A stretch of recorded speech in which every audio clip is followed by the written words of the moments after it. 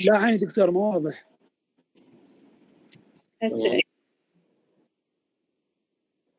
لا نرجع.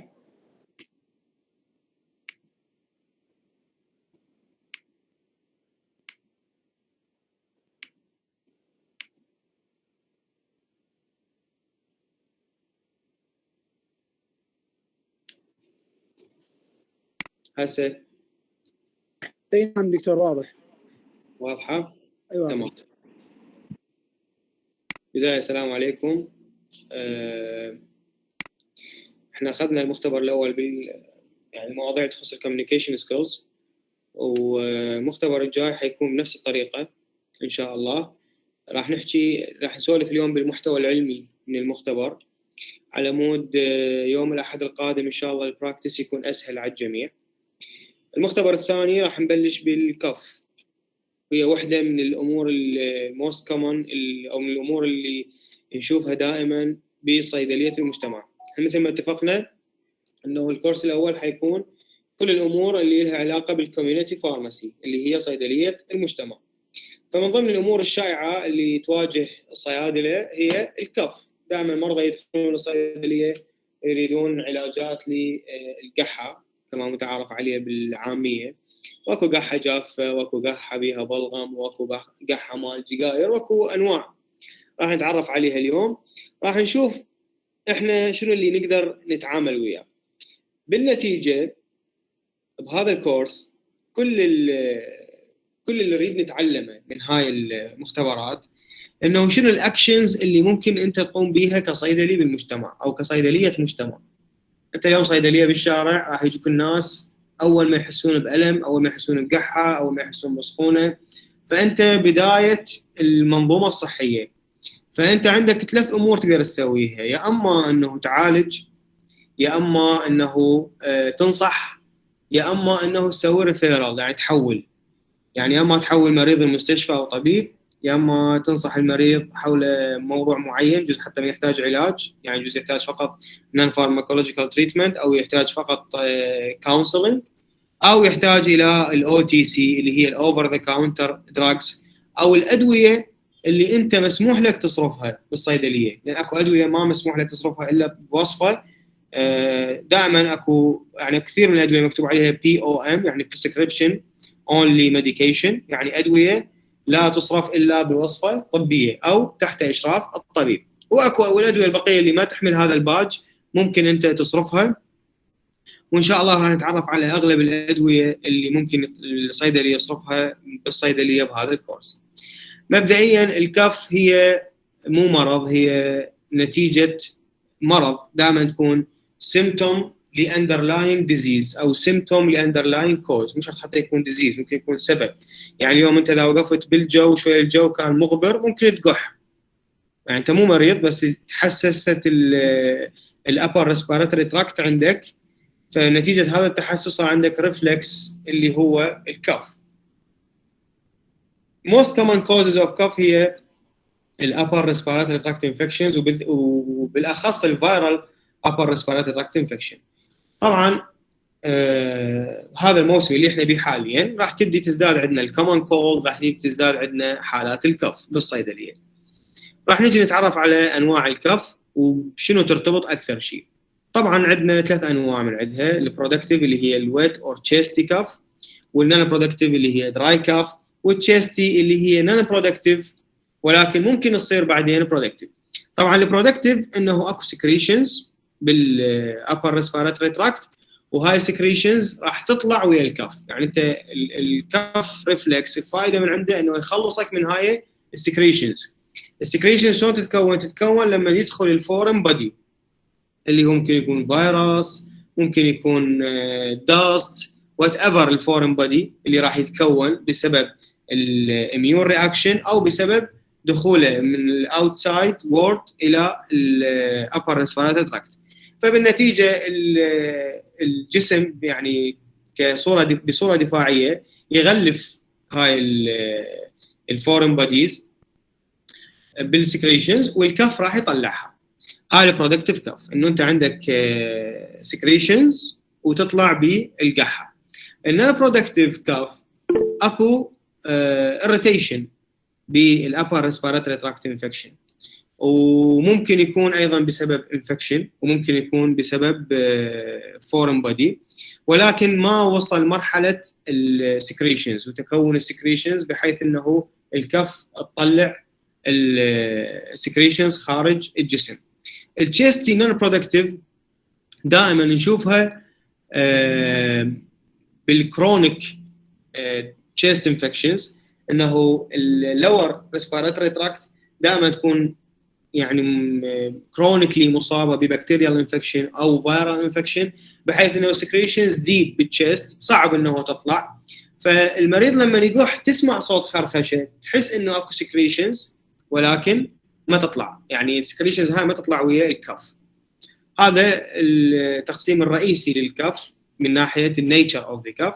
نيجي على البيشنت اسسمنت وشلون نقدر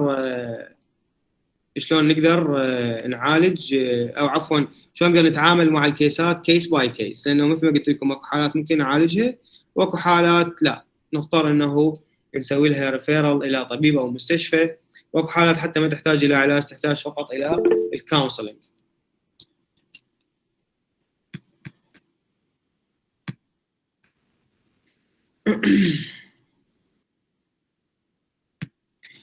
تمام. نيجي على اول موضوع يهمنا بالكف. لما نسوي اسسمنت للمريض نساله على الديوريشن.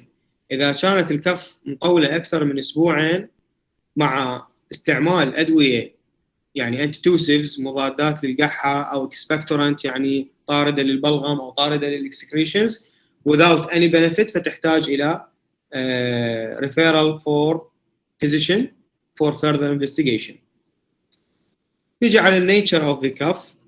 دائما السكريشنز تنطينا انطباع عن الكوز اوف ذا انفكشن او الكوز اوف ذا اندرلاينج ديزيز اللي يسبب الكف. اذا كان كلير ميوكويد كلير اور وايت سكريشنز ممكن تعالجها، ماكو اي مشكله. اذا كانت يلوش اور جرينش ان نيتشر او ان كلر سوري السكريشنز، فتحتاج الى ريفيرال maybe associated with bacterial infection. لان احنا طبعا ما نعالج البكتيريال انفكشن، يعني خاف انتم طابين بصيدليات وشايفين انه بعض الصيادله ينطون مضادات حيويه لعلاج امراض معينه، فالمضادات الحيويه هي من اختصاص الطبيب فقط حصرا، بغض النظر عن كون التشخيص مع الصيدلي صح او غلط، فهذا الاجراء غير صحيح، ما له علاقه باللي يصير بالماركت حاليا. انا دا احكي ايديالي اي طالب يكتب انطي اموكسيل او انطي كذا او انطي كذا، اي مضاد حيوي ينصرف من قبل الصيدلاني هو عمل خاطئ وضد القانون، فبالنتيجه راح تاخذ عليه 0. نتفق على اي بكتيريال او سكندري بكتيريال انفكشن احنا ما نقدر نعالجها الا في بعض الحالات، وراح نتناقش بيها. وهاي الحالات يعني ريسنتلي دخلت ضمن اختصاص الصيدلي، وفي دول محدده مو بجميع الدول. يعني مثلا الازيثرومايسين بالاس تي ديز اللي هي سكشوالي ترانسميتد ديزيزز باوروبا من حق الصيدلي ان يصرفها، وذلك الانتشار هذا المرض يعني انتشار واسع. نجي على ال associated symptoms او ال underlying diseases. اذا كانت الكف associated with hemoptysis، يعني hemoptysis يعني emesis هو بالعاميه زواع، بس بالعربي نسيت شنو بالضبط. القيء، يعني القيء اذا كان بدم associated with chronic fever يعني حمى مزمنه وفقدان وزن ونايت سويتس يعني يتعرق بالليل المريض هوايه، هاي كلاسيكال سيمبتومز اوف تي بي tuberculosis اللي هي بكتيريال انفكشن، وما ممكن تتعالج بالصيدليه نهائيا، تحتاج الى فولو اب. العلاج مالتها يطول من اعتقد من 6 الى 10 اشهر او من 4 الى 8 اشهر حسب البروتوكول يعني، فالموضوع طويل يعني. recurrent time او recurrent night time cough especially in children with or without wheezing chest may indicate asthma، يعني مو شرط 100% يكون asthma، especially اذا كان المريض يعني الطفل عنده family history of eczema, asthma, hay fever, rheumatoid arthritis, any of the autoimmune diseases. ممكن نتوقع انه المريض يكون عنده asthma، وبهيك حاله يحتاج ايضا الى referral الى طبيب الاطفال او طبيب الانف والاذن والحنجره. Night cough in children is fairly common and associated with a cold, but in the absence of cold symptoms could indicate asthma. هاي طبعا يعني ملاحظة مهمة، ممكن إنه أنت تميز بينها وبين الكومن كولد، على اعتبار إنه الكومن كولد واحدة من الأسباب الرئيسية أو المهمة اللي تسبب الكف، واللي أنت كصيدلاني ممكن تعالجها، ممكن تنطي علاج لها. لكن شلون نميز بين الأسمة والكومن كولد؟ الكومن كولد بها ساينز وسيمتومز معروفة، راح نجي ناخذها بالمختبر القادم إن شاء الله. من ضمنها راني نوز اور بلوكت نوز، سور ثروت، ويزنج، عفوا سنيزنج يعني عطاس، هذا كله ما موجود بالأسمة. زين، إذا كانت الكف associated with frothy sputum، frothy يعني مثل الوغف يعني بيها، يعني شلون الوغف مالت الزاهي والصابون تقريبا نفس الشيء. associated with breathlessness يعني تحس انه اكو نفس ما تحسه ينقطع، او يقول لك انا ينقطع النفس مالتي، especially in bed during the night، وهو نايم متمدد. may indicate heart failure. طبعا الهارت فيلير left sided heart failure may be associated with frothy sputum او chesty cough، لانه يعني الدم وبسبب ضعف التبادل الغازي راح يبدي يدخل للاليفيولاي، ومن يدخل للاليفيولاي يبدي يترشح ويصير على شكل فروثي سبيوتم، ويصير عندك هاي القحه. اذا تريد تتاكد اكثر ان المريض ممكن يكون يعاني من هارت فيلير، تساله على السوولن انكلز اذا كانت رجله منتفخه او لا، وتساله عن يعني الروتين اكسرسايزز بصوره عامه، يعني مثلا تساله اذا كان يتعب من يصعد درج بالفتره الماضيه، اذا كان يمشي مثلا قبل طبيعي وهسه بالجديد قام يمشي مثلا بالشارع يحس نفسه يتعب بسرعه، اذا هو اصلا مصاب بامراض اخرى مثل الدايابيتس او الهايبرتنشن لسنوات سابقه may be associated with newly diagnosed case of heart failure. ممكن يكون بالجديد يعاني من heart failure بس ما متشخص، او متشخص بالجديد وما يدري انه هي associated with cough. نجي على الابر ايروي كاف سيندروم، او كانت تعرف سابقا بالبوست نيزل دريب، اللي هي دائما associated with allergic rhinitis او secondary bacterial sinusitis اللي تصير بعد الكومن كولد. لان الكومن كولد اللي هي النشله او نزله البرد دائما او مو دائما بالاغلب، يعني خلينا نقول 70% او 60% من الكيسات بعد ما يخلص من دور البرد يبدي يصير عنده allergic rhinitis. ممكن هاي allergic rhinitis بسبب السكريشنز وتروح ما تحتاج الى انتيبيوتيك تريتمنت، يعني ماكو بكتيريال انفكشن، وممكن تتطور وتبقى وتطول فتره اكثر من اسبوع او 10 ايام اضافيه، وتبدي السكريشنز يصير بيها لون اصفر واخضر، ذاك الوقت معناتها انه المريض يعاني من بكتيريال ساينسايتس فيحتاج الى further medical supervision، يعني يحتاج الى referral. نجي على chest pain، shortness of breath، wheezing and whooping. whooping هو السعال الديكي، والسعال الديكي هو نتيجة bacterial infection. هاي البكتيريال infection اسمها بورتديلا pertussis. pertussis يعني سعال الديكي، فهو بما انه bacterial infection فتحتاج الى referral. دائما نشوفها بالاطفال اللي اعمارهم تتراوح بين سنه الى 5 سنوات، يعني قبل السكول ايج، ونشوفها اغلبها يعني دائما ما تكون متزامنه ايضا مع فصل الشتاء. من اهم الاعراض اللي نشوفها لازم shortness of breath يعني ضيق بالتنفس، wheezing يعني صدر الطفل باثناء التنفس بصفير، والووبينج يعني صوت سعال الديك اثناء الكف. نيجي على الكروب.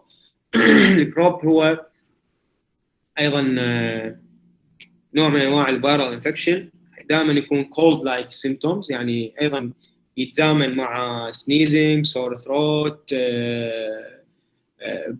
runny nose or blocked nose. هاي اعراض الكومن كولد، ولكن associated with a harsh barking cough، يعني القحه صوتها مثل نباح الكلب، يعني اجلكم الله، وصوتها يكون قوي جدا، ومرات نلاحظ انه مثل صوت طرقعه صفيح عفوا، يعني شلون مثل التنكه والطقطق، او مثلا اذا سامعين مثلا صوت تانكي المي الحديد قبل وتضربه مثلا بحديده معينه، تقريبا نفس الصوت، يسموه سترايدنج ساوند، او مصادر تسميه الهارش باركينج ساوند. مبين الصوت مالته مو طبيعي. طبعا هذا النوع من الانفكشنز ليش هذا النوع عفوا من الفيرال انفكشنز ليش يحتاج الى ريفيرال ويحتاج الى هوسبيتاليزيشن؟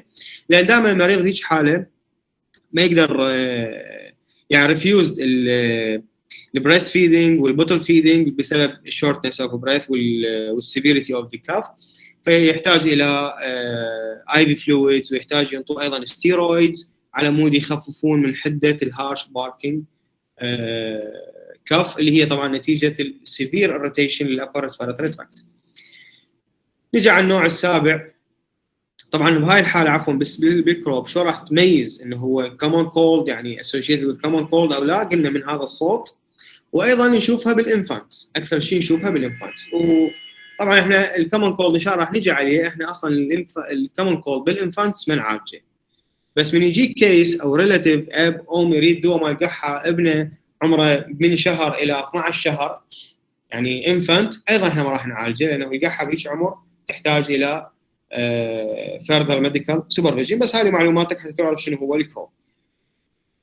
نجي على الكوفينج during the recumbent او supine position، يعني لما يكون المريض نايم بالليل.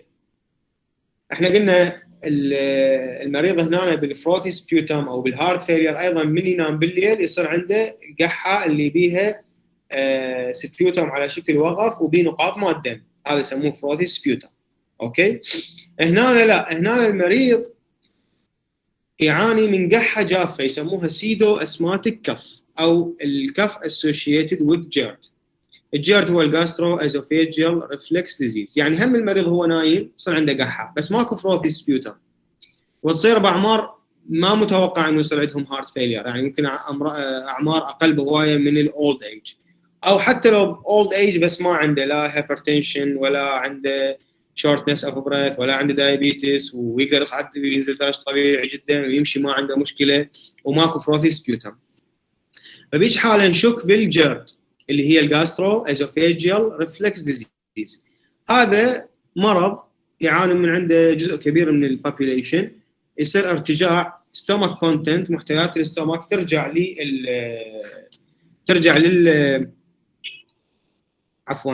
للتريك للإزوفيغاس، يعني ترجع من الاستومك بالعكس للإزوفيغاس، ومن الإزوفيغاس توصل للفارنكس اند لارنكس، المنطقه اللي هي منطقه الحلق اللي من بعدها ممكن يدخل للتراكيا. فمن تبدي هاي السكريشنز تدخل للتراكيا او تبدي تحسس منطقه الفارنكس واللارنكس، يصير عندي هاي الدراي كاف اللي هي ناتجه من irritation of the pharynx and larynx from شنو؟ from the gastric contents. الجاستريك contents حتكون acidic لانه تعرفون المعده حامضيه، فاي ارتجاع بالتالي راح يكون عباره عن ماده حامضيه، وهاي الماده الحامضيه هي irritant للإزوفيغاس وirritant للفارنكس and larynx، واذا دخلت التريكيا حتسوي لي مشكله، وهاي مشكله تسمى بالاسبيريشنال نيمونيا، يعني التهاب نتيجه الاسبيريشن، يعني ارتشاح الجاستريك كونتنتس. تمام؟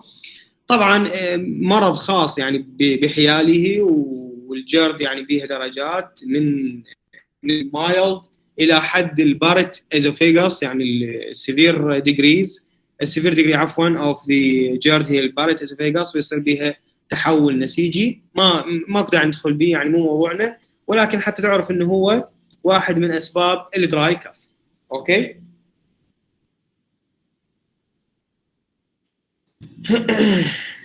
نيجي على السموكينج، واللي هو ايضا سبب رئيسي من اسباب الدراي كاف، وممكن بعدين يتحول الى سبب رئيسي من اسباب البرودكتيف كاف، خاصه الكرونيك سموكرز. ومثل ما تعرفون تدخين مضاره، من ضمن او من اهم الكومبليكيشنز اوف سموكينج هي الكرونيك برونكايتس، يعني التهاب الشعيبات الهوائيه المزمن، والانفسيما اللي هو بهذا المرض اللنج تفقد الالاستيسيتي، تفقد الكونكتيف تيشو اللي بداخلها، فالالاستيسيتي اوف ذا لانج تقل كلش، لان تعرفون انتم اللانج تتوسع بالانسبيريشن وتتقلص يعني بالانهيلينج عفوا، وبالاكزيلينج تتقلص، يعني هي مثل تقريبا يعني تشتغل شغل العضله، لان اكو جواها الدايفرام اللي هو الحجاب الحاجز اللي يساعدها انه تتوسع وتتقلص، تتوسع وتتقلص.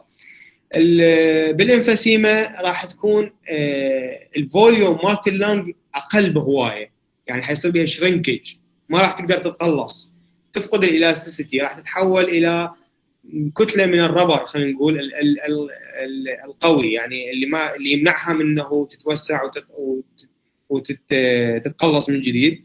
فبيك حاله حيصير عندي شنو؟ حيصير عندي شورتج بالاكسجين انتيك، يعني بدل ما اني اتنفس كميه معينه من الهواء او فوليوم معين من الهواء، راح اتنفس 30% من عنده او 40% من عنده، وبالنتيجه راح تبدا يصير عندي مشاكل كثيره، من ضمنها التاكيكارديا، التعب، الساينوسيس طبعا، والكف اكيد يعني.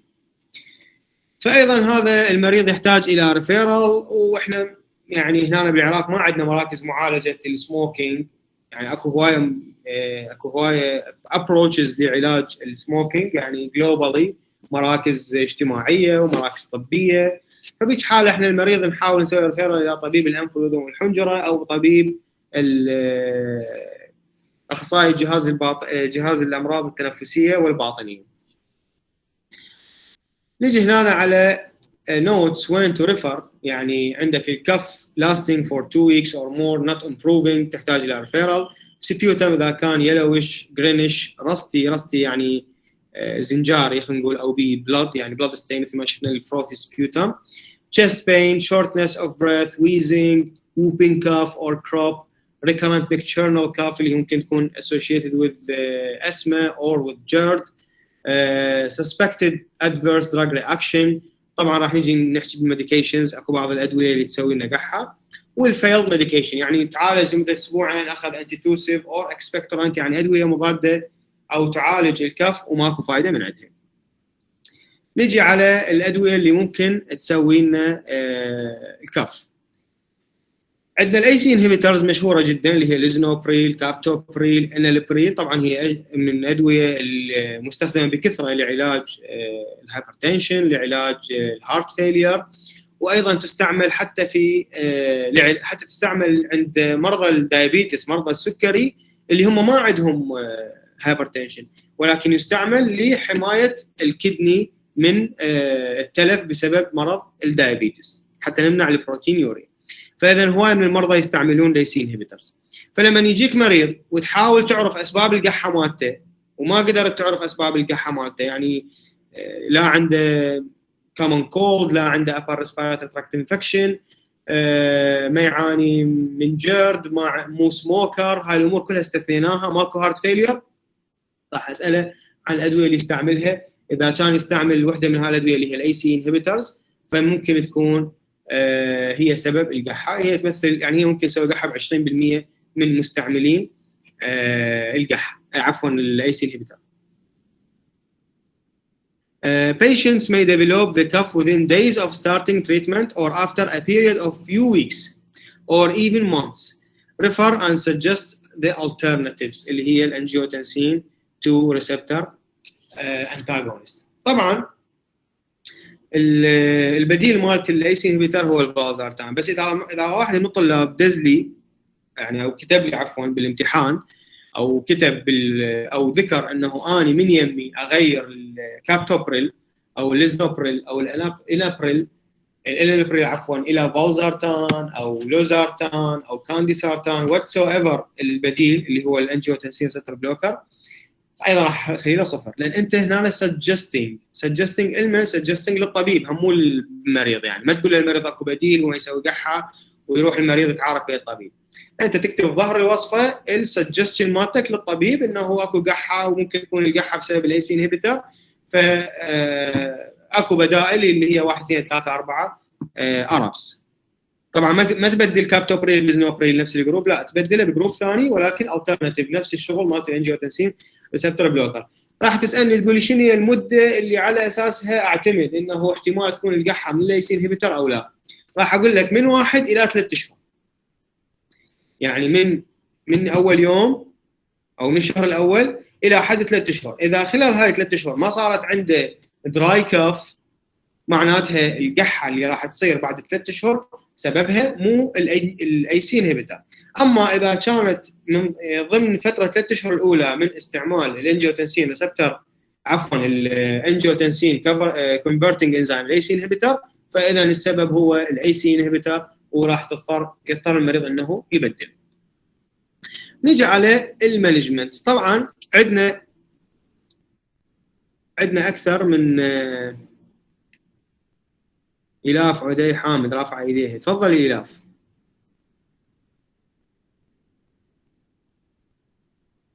طيب احد عنده سؤال لحد الان؟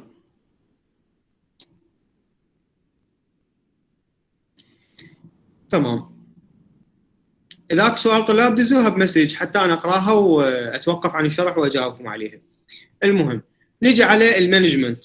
مثل ما اتفقنا اكو شيء اسمه نون دراج ميجرز او النون فارماكولوجيكال تريتمنت، وايضا اكو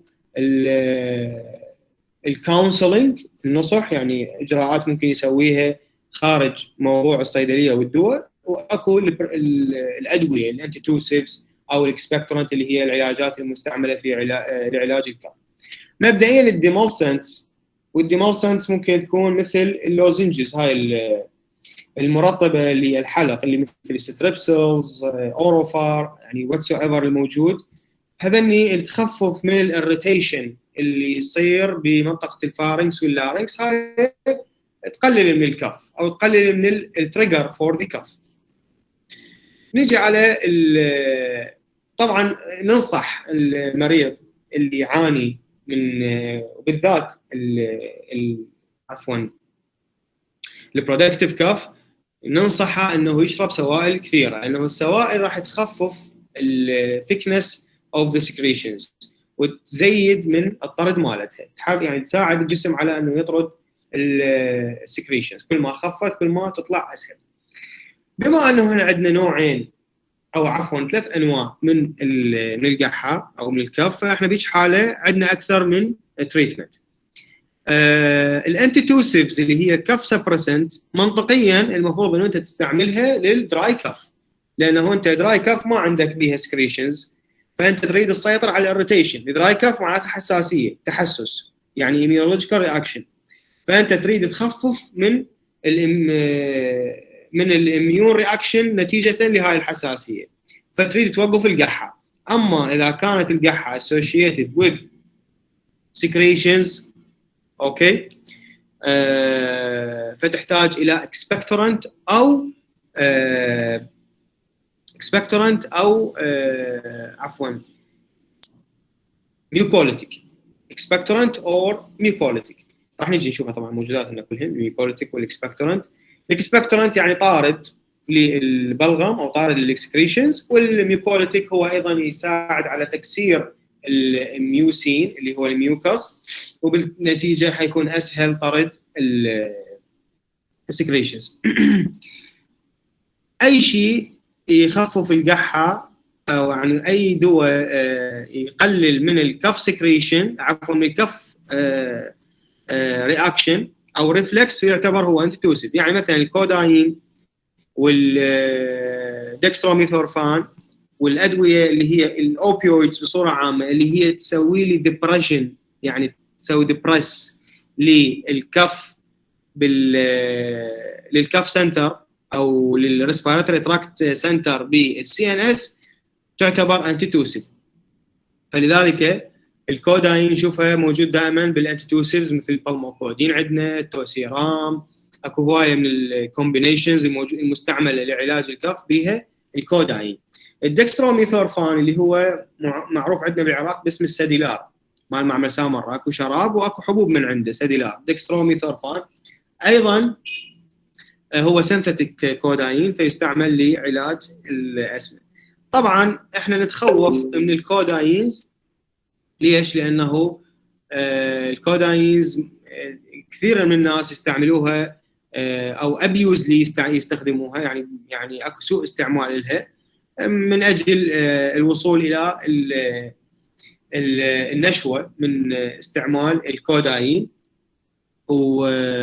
وهذا الشيء طبعا لازم انت تنتبه له كصيدلي، لازم تعرف انه المقابلك البيشنت هو فعلا يحتاج الكوداينز كانتي توسيف، لو مجرد هو شخص ابيوزر يحاول يستعمله بطريقه غير صحيحه. فلذلك دائما نحاول نبتعد عن الكوداين والكوداين برودكتس. يعني الدكستروميثورفان امن بكثير من الكوداين والكوداين برودكتس. طبعا هاي الجرعه مطلوبه من عندكم، لازم تعرف شلون تستعمل الدكستروميثورفان، مثلا 10 الى 20 ملغ every 4 hours or 30 ملغ every 6 to 8 hours. مطالبين به بالنسبه للادولتس. بالنسبه للاطفال من 5 الى 10 ملغ every 4 hours or 15 ملغ every 6 to 8 hours، يعني من 3 مرات الى 4 مرات باليوم. والجرعه هاي لازم انت تحفظها تعرفها، يعني تجيني يوم الاحد الجاي تحافظهن ذني، لانه من راح نسالكم من ضمن المعلومات اللي لازم تعرفها هي هاي الجرعه للكبار ايش قد وللصغار ايش قد. بما انه القحه هي جزء من عندها immune reaction وهايبر سنسيتيفيتي رياكشن، يعني اكو تحسس، فاذا مضادات الهستامين الانتي هستامينز تلعب دور بالسيطره على الدراي كاف.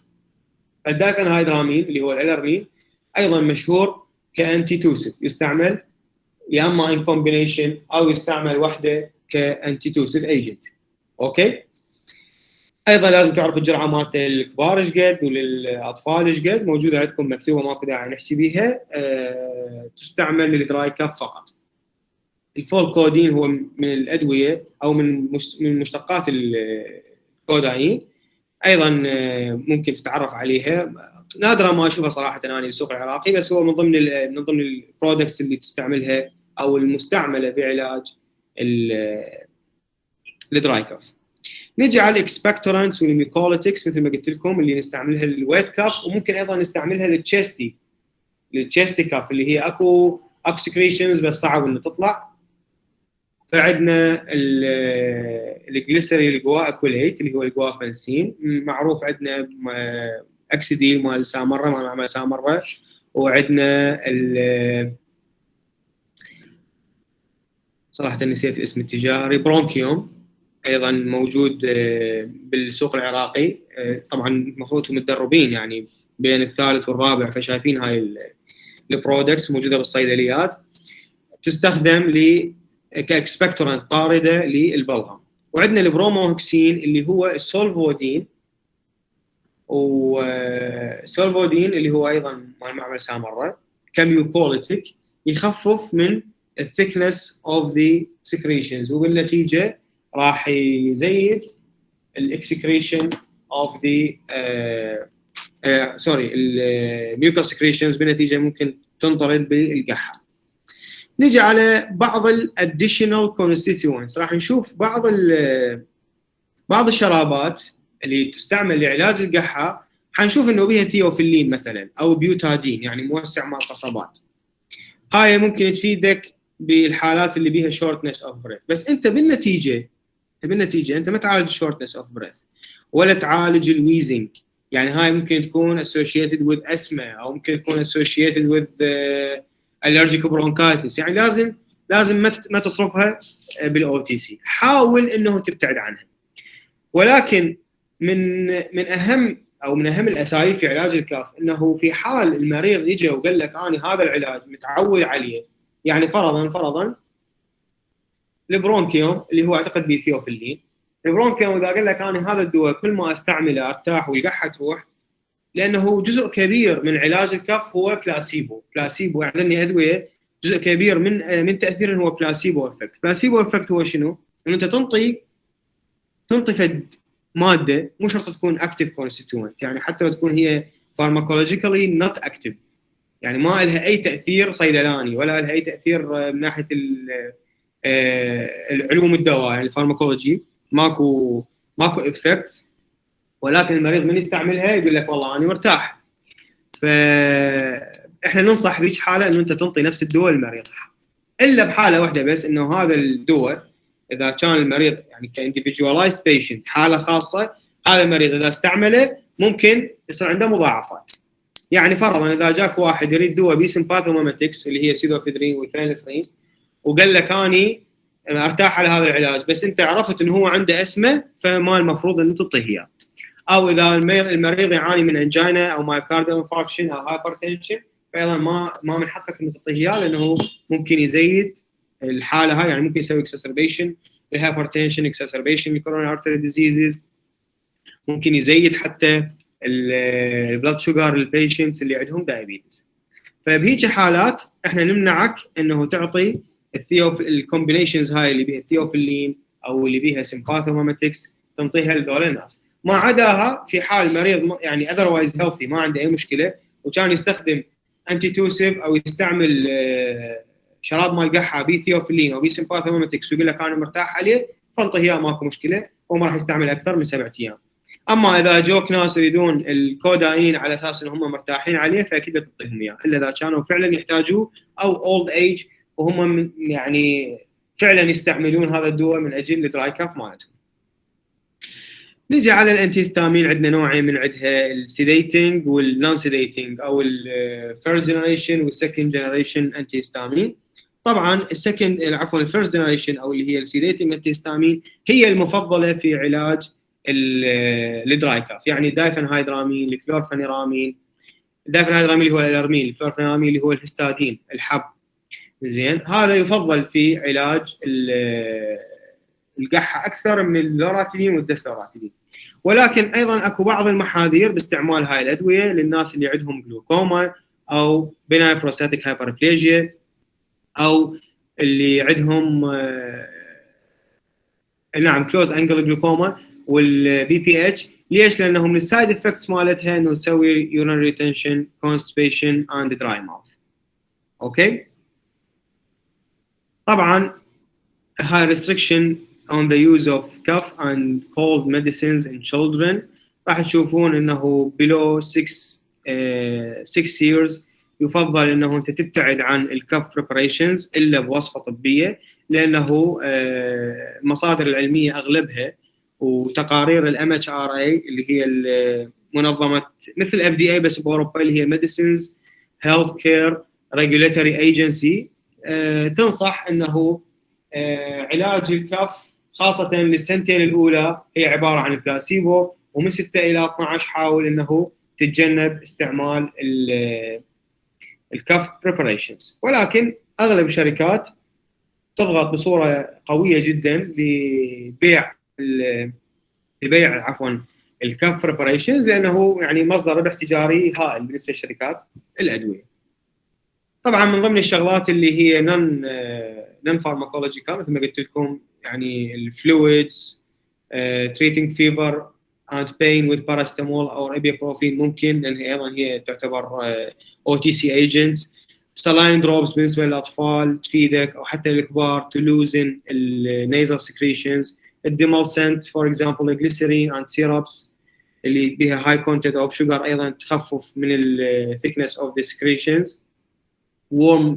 الورم درينك اوف ليمون اند هاني ايضا تفيد بالمانجمنت اوف كف.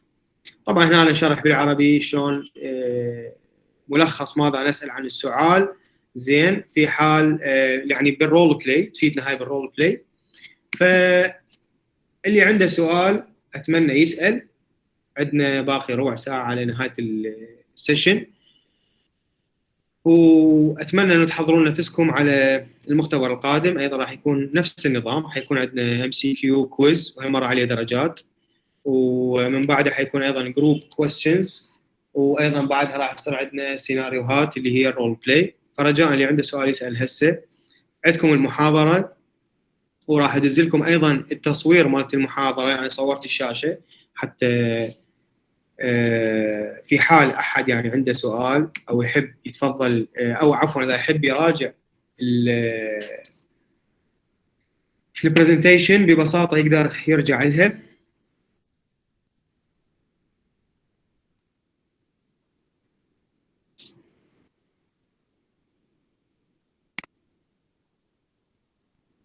تمام طلاب، اللي ما عنده سؤال ويحب يتفضل ماكو اي مشكله، ممكن يطلع من الميت. دكتور السلام عليكم. عليكم السلام ورحمه الله. شلون الصحة؟ اهلا وسهلا. دكتور هسه احنا يعني يوم الأحد إن شاء الله عندنا كويز، لو هيك بس مجرد يعني أنت تشوفنا قارين لو لا على مود هذا المختبر. انا ايش قلت لك قبل شوي؟ قلت لك الكويز عليه درجات، يعني معناتها ما راح يعني راح اعطيكم درجه عليه بالنهايه. تمام. نفس اللي صار بالمختبر الاول بس حيكون عليه درجات. هذا المختبر مو دكتور؟ يعني محاضرة اليوم. اي محاضره اليوم انا قلت لكم من عليها درجات راح اقول لكم عليها درجات، من ما عليها درجات حقول ما عليها درجات. اوكي ماشي يعني ماشي دكتور. تمام.